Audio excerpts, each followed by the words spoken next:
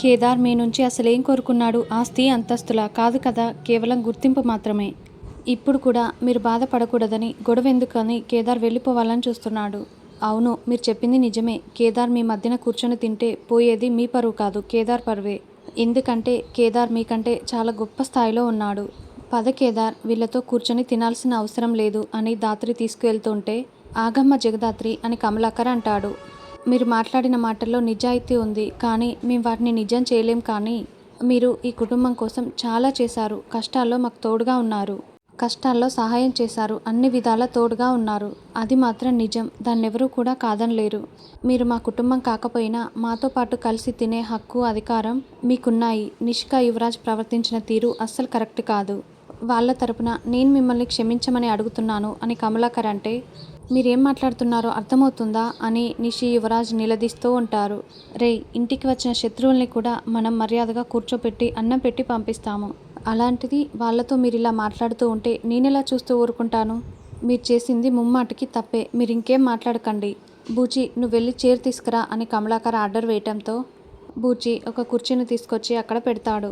ఇంకేంటి కేదార్ అలా చూస్తున్నారు? నిష్క వల్ల ప్రవర్తన ముమ్మాటికి తప్పే అని చెప్తున్నాం కదా. వచ్చి కూర్చొని తిను, ఇంకేం ఆలోచించకు అని కౌశికి చెప్తుంది. వెళ్ళు కేదార్ అని దాత్రి సైగ చేయటంతో ఇక కేదార్ వెళ్ళి కూర్చుంటాడు. కానీ యువరాజ్ ఇంకా అలాగే నిలబడి ఉండటంతో, రే యువరాజ్, చెప్తున్నా కదా, మర్యాదగా ఏం మాట్లాడకుండా వచ్చి కూర్చొని తిను అని కమలాకర్ ఆర్డర్ వేయటంతో ఇక యువరాజ్ కూర్చొని కోపంగా చూస్తూ ఉంటాడు. ఏంటి వదిన అలా చూస్తున్నావు, వడ్డించు అని కమలాకర్ అంటే ఇక దాత్రి వైజయంతులు ఇద్దరూ కలిసి వడ్డిస్తూ ఉంటే అందరూ కబుర్లు చెప్పుకుంటూ అలా సంతోషంగా భోజనం చేస్తూ ఉంటారు. తర్వాత తెల్లవారగానే దాత్రి స్నానానికి వెళ్తూ తన చీరని బెడ్పై పెట్టేసి, కేదార్ లే కేదార్ అని దాత్రి లేపుతుంటే, ఆగు దాత్రి, ఇంకాసేపు పడుకుంటాను అని కేదార్ దాత్రి చీరని చుట్టుకొని అలాగే నిద్రపోతూ ఉంటాడు.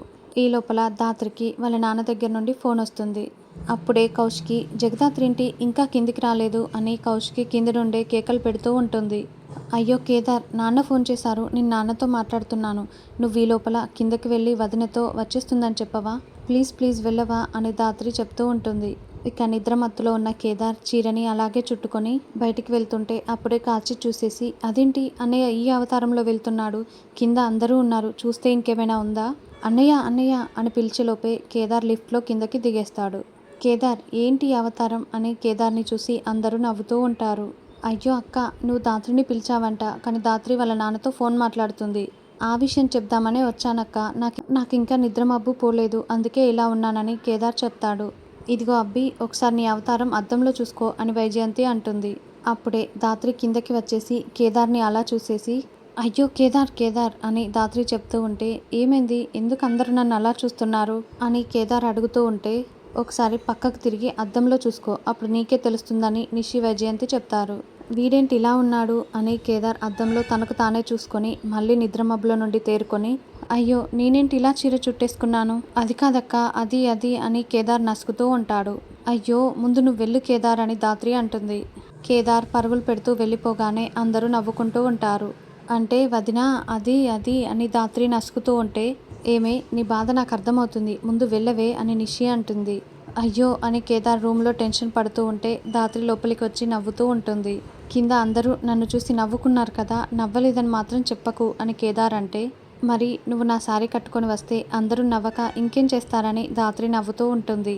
అసలు నేను శారీని బెడ్పై ఎవరు పెట్టమన్నారు అని కేదార్ అంటే, నేను ఈ లాస్ట్లో పెట్టాను, నిన్ను అక్కడి నుండి ఈ లాస్ట్కి వరకు దొరలమని ఎవరు చెప్పాలని దాత్రి అంటుంది.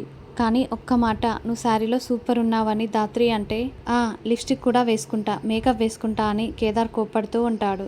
అయితే మేకప్ నేనే వేస్తానని దాత్రి ఆట పట్టిస్తూ ఉంటుంది.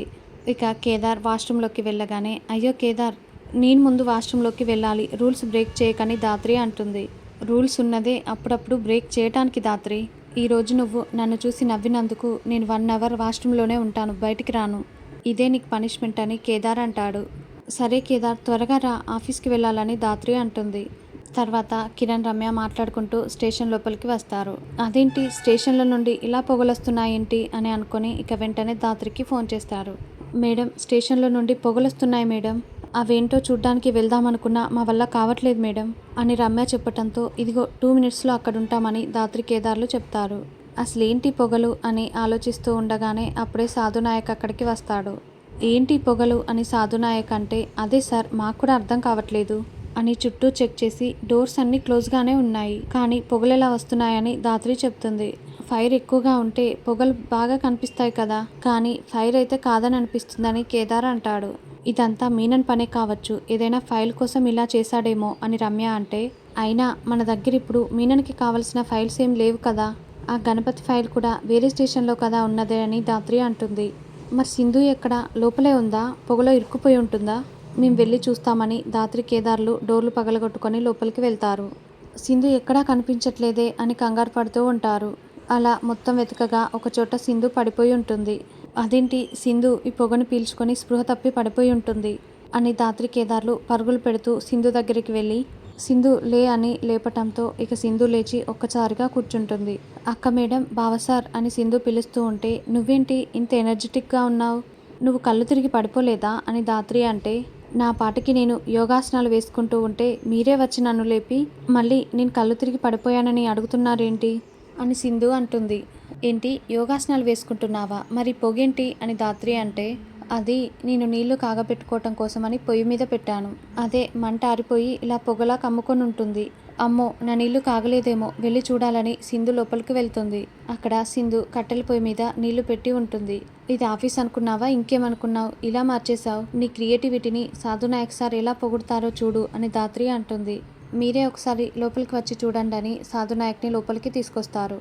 ఇక ఆ సెటప్నంతా చూసేసి, బుద్ధుందా నీకు, అసలు నువ్వేం చేస్తున్నావో అర్థమవుతుందా, ఇక్కడ నా ఆఫీస్ ఉండాలి కదా, ఏం చేశావు, ఇది అసలు అండర్ కవర్ ఆపరేషన్ ఆఫీస్లా ఉందా అని సాధునాయక్ తిడుతూ ఉంటాడు. సారీ బాబాయ్ సార్, మీరు నాకు 5 నిమిషాలు టైం ఇస్తే మొత్తం సర్దేస్తాను అని చెప్పటంతో ఇక సాధునాయక్ బయటకు వచ్చేస్తాడు.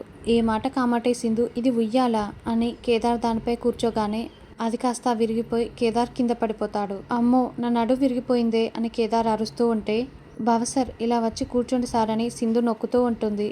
అయ్యో, భరించలేకపోతున్నా, చాలా నొప్పిగా ఉంది అని కేదార్ అంటే, బావసార్ మీరు ఇలా పడుకోండి, నేను మీ వీపు ఎక్కి తొక్కానంటే మీ నొప్పి మాయమవుతుందని సింధు ముందు చేతులతో నొక్కి తర్వాత కేదార్ వీపుపై ఎక్కి తొక్కుతూ ఉంటుంది. అయ్యో, ఈరోజు మేడం చేతిలో సార్ అయిపోయారని రమ్య కిరణ్ అనుకుంటూ ఉంటారు.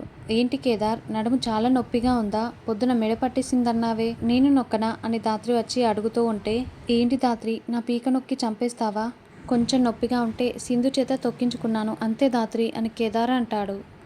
నిజంగానే నీ పీక నొక్కేస్తానని ధాత్రి మండిపడుతూ ఉంటుంది. ఏంటి, ఒక్క రూమ్ కూడా సింధుకి దొరకలేదా అని ధాత్రి అంటే, ఈవిడకి నచ్చిన రూము వాళ్ళు ఇవ్వటం లేదు, వాళ్ళు ఇచ్చిన రూము ఈవిడ తీసుకోవట్లేదు, ఇక క్వార్టర్స్లో ఉండమంటే ఓల్డ్ కన్స్ట్రక్షన్, నాకు సైనస్ ప్రాబ్లం పడదని చెప్తుందని రమ్య చెప్తుంది. చెప్తా నీ పని అని ధాత్రి కోపంగా బయటికి రావటంతో, ధాత్రి ఆగు ధాత్రి, ఏదో నొప్పిగా ఉండటంతో ఎవరు నొక్కుతున్నారో చూసుకోకుండా నొక్కించేసుకున్నాను, సారీ ధాత్రి అని కేదార్ అంటే, లేదు సింధు వచ్చిన దగ్గర నుండి నువ్వు మారిపోయావు అని ధాత్రి అరుస్తూ ఉంటుంది. ధాత్రి, కావాలంటే ఈ లాఠీ తీసుకుని కొట్టు, కానీ అంత మాట అనకు అని కేదార్ లాఠీని ధాత్రికి ఇవ్వటంతో, కొట్టాలా కొట్టాలా అంటూ ధాత్రి లాఠీ తీసుకుని కేదార్ని చితక్కొడుతూ ఉంటుంది. వద్దు ధాత్రి అంటూ కేదార్ పరుగులు పెడుతూ ఉంటాడు. తర్వాత మీనన్, ఆదిత్య మినిస్టర్ దగ్గరికి వచ్చి, మీరిద్దరు అసలు ఎందుకంత కంగారు పడుతున్నారు అని అడుగుతూ ఉంటే, ఈరోజు ఆ గణపతిని కోర్టుకు తీసుకువెళ్తున్నారు, మరి మేమిద్దరం భయపడకుండా ఎలా ఉంటామని మినిస్టర్ అంటాడు. ఏంటి మినిస్టర్, నేను చూసుకుంటానని చెప్పాను కదా అని మీనన్ అభయమిస్తూ ఉంటాడు.